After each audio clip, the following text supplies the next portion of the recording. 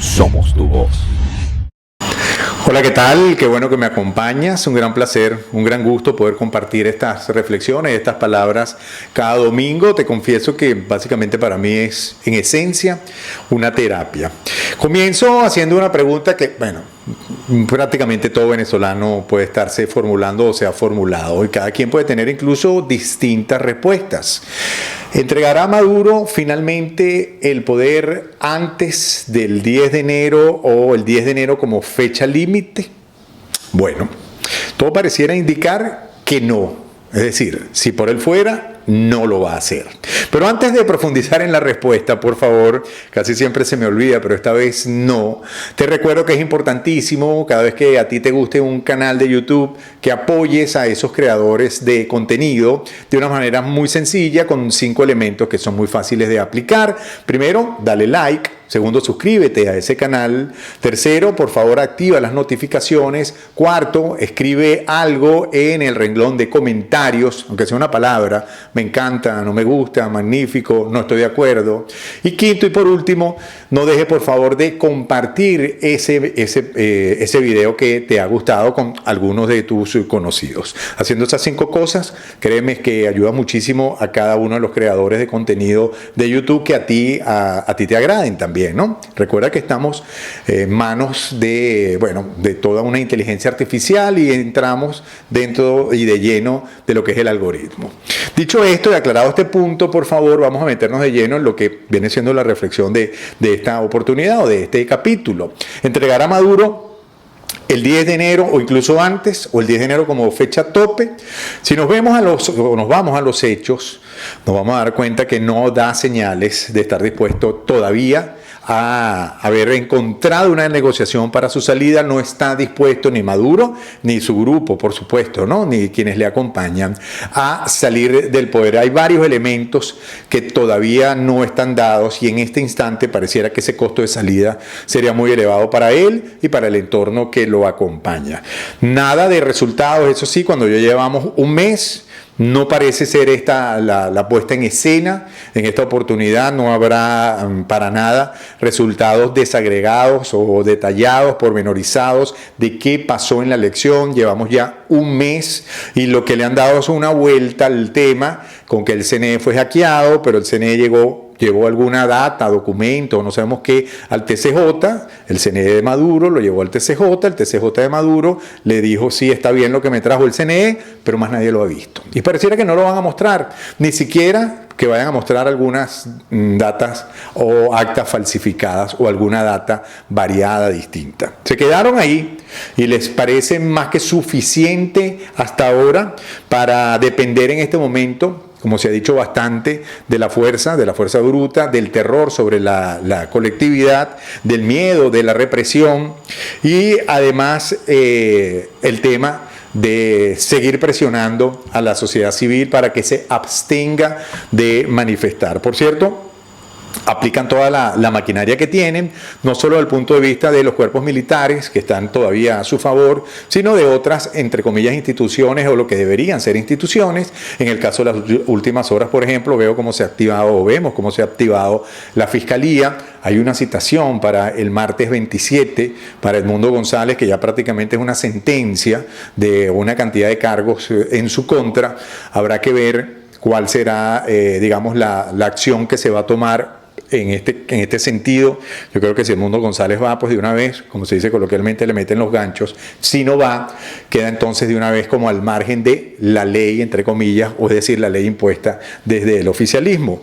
Ellos van, con el temor que tienen en el mismo oficialismo. Lo he dicho en otras oportunidades, el miedo hace que salten hacia adelante, más bien que se empujen un poco más, en vez de paralizarse o huir. La carrera es hacia adelante la que están haciendo, y por eso, fíjense ustedes, lanzan esta notificación, esta citación. No es sencillo responder a esa diatriba, y ahí está, y ponen un elemento adicional y una presión adicional, más el miedo que van generando en la población. Por cierto, yo lo vengo diciendo reiteradamente, no pareciera todavía que que dentro de lo que en algún momento se pudo llamar en Venezuela la Fuerza Armada, que en este instante honestamente creo que no existe, es más, creo que no existe hace mucho tiempo, podríamos decir que la destrucción de la Fuerza Armada de una manera sistemática arrancó en aquel intento del 11 de abril del 2002, que uno no sabe si fue un golpe, un autogolpe o lo que sea, pero la consecuencia de todo aquello fue precisamente una depuración en el mal sentido de la palabra, por cierto, fue una purga en la Fuerza Armada para que se quedasen nada más los acólitos del régimen en aquel momento de Chávez y ahora de Maduro. Pareciera que eso no ha cambiado, se dice que bueno, eso no se ve, ese cisma que puede estar ocurriendo, que no se va a ver sino ya en el momento final, ojalá que así sea. Yo de verdad tengo mis dudas, particularmente en este sentido, ya lo he planteado en otras oportunidades, me parece que los pocos que tienen, digamos, fieles a esta aberración, están psicológicamente tomados, tienen un lavado de cerebro, para decirlo coloquialmente. En otro capítulo anterior lo expliqué de una manera más detallada. Yo no siento que haya una variación en ese pequeño grupo que apoya a Maduro y al círculo cercano de Maduro, vale decir, por ejemplo, Padrino López desde la propia Fuerza Armada. De hecho, más bien ahora vemos que han dado como un paso hacia adelante diferente, ha habido una mutación en esto. Y hay lo que yo me atrevería a llamar una suerte de liga del terror contra el ciudadano. Es increíble cómo ahora van los cuerpos armados a buscar a los posibles manifestantes y además tienen como aliado a lo que fue en algún momento la jefa de calle del CLAP o alguno de los vecinos que todavía estén asociados al régimen de alguna forma por ser simpatizantes, y en esta nueva vuelta o en nuestro nuevo intento, en esta nueva, es una nueva generación de la operación Tum Tum, no solo tocan la puerta, sino que además extorsionan al ciudadano. Es increíble la depravación de estos cuerpos armados. O sea, le piden dinero a la familia de los manifestantes o para no llevárselo o para liberarlo. Yo les recomiendo, por ejemplo, que sigan la cuenta, muy conocida ella, por cierto, Prakriti Maduro, primero conocida como actriz, pero también es productora, en fin, en su cuenta en Twitter tiene ella una cantidad de testimonios realmente valiosísimos de gente que se los ha ido haciendo llegar y cada vez los va actualizando más para que ustedes vean qué grave es la situación en este momento y cómo se siembra el terror desde la célula misma de tu cuadra, de tu esquina, del vecino de al lado. Es difícil luchar contra eso, por cierto, ¿no? A estas alturas, todo pareciera como un panorama muy gris el que yo les estoy planteando, pero no es así, no, para nada. De hecho, yo no me siento ni desanimado, ni desalentado, ni desesperanzado. Más bien, todo lo contrario. A estas alturas, el tema de la ayuda internacional, del apoyo internacional, de la cooperación hacia el tema Venezuela, el rescate de la democracia de Venezuela desde las organizaciones internacionales e incluso las naciones, lo siento que va dando cada vez pasos más concretos, va tomando como más forma el cómo se va a realizar esa ayuda. Y en definitiva, el gran liderazgo de esos pasos que vayan a tomarse lo tiene en su mano, sin lugar a dudas, Estados Unidos es el protagonista principal de todo esto y no hay otra nación llamada a tomar unas acciones más concretas que las que se hayan hecho hasta ahora contra el régimen de Maduro. Y bueno, eso precisamente es lo que puede hacer que cambie esta decisión inicial de Maduro y su grupo de no entregar antes del 10 de enero para que sí lo hagan a través, por ejemplo, de las garantías que le puedan interesar a Maduro y a su grupo. Es solamente Estados Unidos quien pueda dárselas, que quiten ese precio sobre las cabezas que tienen sobre ellos, que eliminen las sanciones, de alguna manera sientan ellos que les es más sencillo poder de repente entregar el poder y que la única salida para ellos no sea o la cárcel o la muerte, que es lo que está pasando en este momento, que de repente Maduro y la gente que está alrededor de él sienta, oye, mira, si entrego el poder, tengo posibilidades de el famoso retiro dorado. El único que puede darle esas garantías es Estados Unidos. Y tienen entonces, para jugar con eso, los procesos judiciales en contra, la oferta de recompensa de 15 millones en el caso de Maduro y 10 por algunos otros de los que le acompañan. Muchas decisiones que tomar tiene Estados Unidos y aquí, en definitiva, hay que decirlo que, no sé si lamentablemente o no, Estados Unidos está en su propio proceso interno en este instante, tal vez el más importante, obvio, para esa nación, que estamos apenas a 2 meses redondeando para la elección presidencial en ese país. Y obviamente el principal esfuerzo e interés, la principal temática a plantearse gira en torno a ese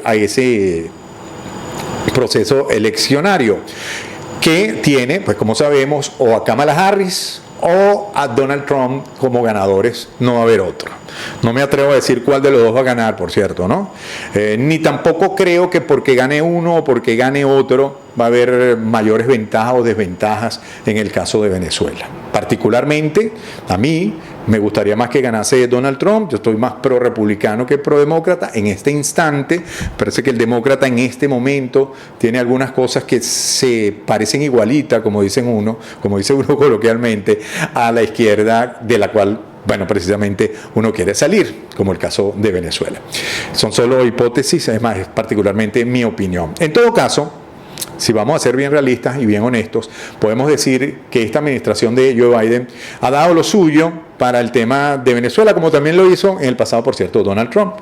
En el sentido, y yo sé que se critica mucho de que si Joe Biden o su administración no ha hecho nada, pero en honor a la verdad, ha habido acuerdos, hay una conversación permanente, y de esas negociaciones, lamentablemente lo que uno vio como venezolano es la liberación de personas muy cercanas al entorno de Cilia Flores primero con sus sobrinos, y luego el propio Nicolás Maduro al liberarse a Alex Saab, quien es pues el socio principal al padecer, ¿no? Y el testaferro más destacado que tiene Maduro, al menos el más conocido. Sin embargo, en honor a la verdad, también hay que darle el crédito a la administración de Biden que en Venezuela se logró realizar un proceso de elecciones.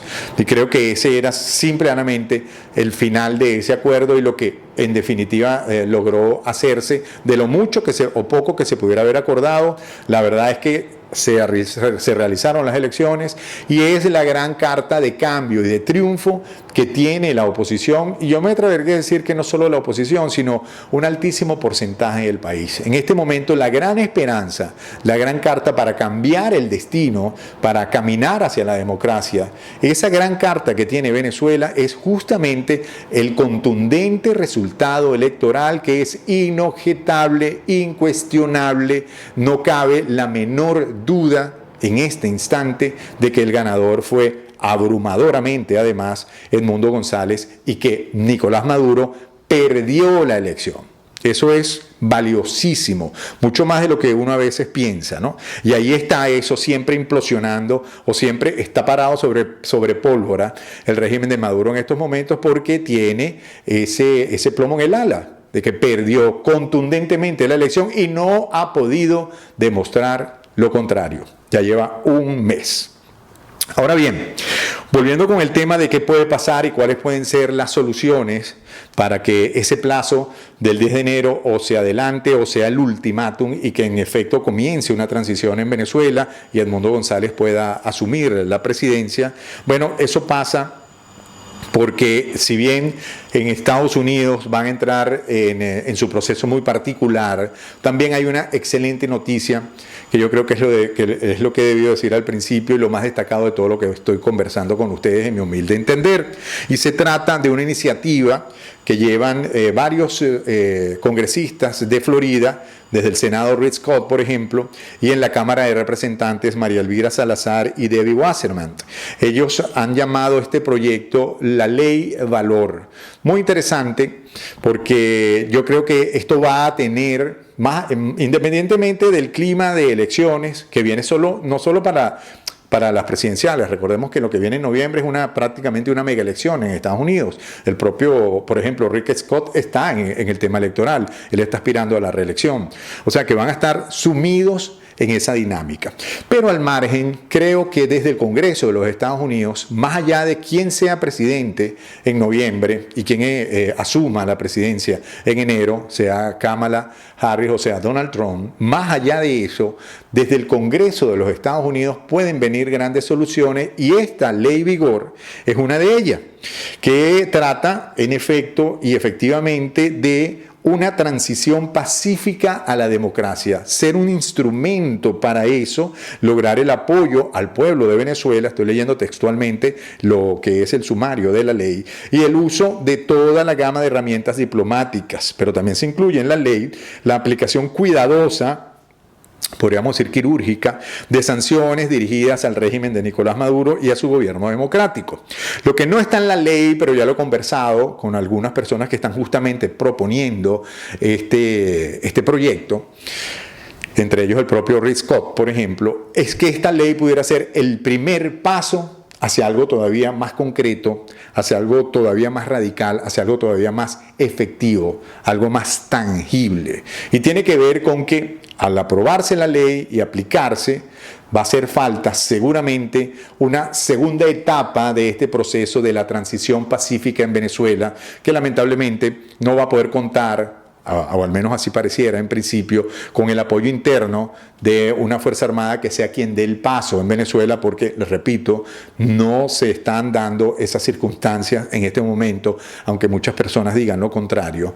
Lo cierto es que los cuerpos armados en Venezuela siguen todavía rigiéndose por las directrices que le dan Maduro y su círculo más cercano. Esta ley puede dar paso a acciones mucho más contundentes. Y con esto cierro. Puede dar paso a una coalición internacional que Estados Unidos la proponga, una medida realmente de fuerza, que por cierto ni siquiera tiene que concretarse con una invasión o algo por el estilo, sino el anuncio muy formal de un frente, una alianza, una liga, una unión, una, no sé, confederación, llámenlo como quieran. A mí me gusta el término de coalición internacional, que sume a varios países, por supuesto, a la cabeza de Estados Unidos. Países de la Unión Europea, varios países de la Unión Europea estarían seguro contándose entre esta coalición o podrían formar parte de esta coalición internacional, y también incluso algunos países latinoamericanos como Panamá, República Dominicana o Argentina. Con una coalición internacional ya de cara y de lleno, hablándole fuertemente a Maduro y además ejerciendo una presión que puede terminar hasta en un acto de guerra o una declaración de ese tipo, creo que sí pudiese ser la gota que derrame el vaso para que de una vez los precios de salida de Maduro, ese costo, ese alto costo de salir, entonces comience a variar en la balanza, y es o te sacan muy por las malas o sales por las no tan buenas, de alguna manera viendo a ver qué puede negociar Maduro y su combo para no terminar presos. En este momento ese precio tan alto de salida pudiera tener como contraparte, pudiera ser contrarrestado con esta coalición internacional. Es por lo menos lo que honestamente creo que pudiera ser una salida muy válida, por cierto, porque ya se ha hecho en muchas otras oportunidades. Estados Unidos lo hizo contra Irak, además con unas condiciones mucho más adversas. Irak era mucho más monolítico, no tanto tal vez porque el pueblo apoyase a Saddam Hussein, sino era un tema religioso el que había allí. Todo el pueblo de Irak estaba a favor de o en contra de una coalición internacional. En cambio, en el caso de Venezuela, creo que dentro del país, los 8 millones que estamos fuera, más la comunidad internacional, verían casi que con beneplácito, serían colaboradores directos o indirectos de esta coalición internacional. La resistencia sería mínima, sin lugar a dudas, mínima en estos instantes. No sé qué les parece, creo honestamente que es la gran carta que puede jugarse. En este instante no veo otra. Ustedes sí, o tú sí, bueno, házmelo saber, coméntamelo por favor, que esa es la intención y la idea de cuando compartimos con ustedes estos contenidos aquí en Somos Tu Voz. Somos Tu Voz.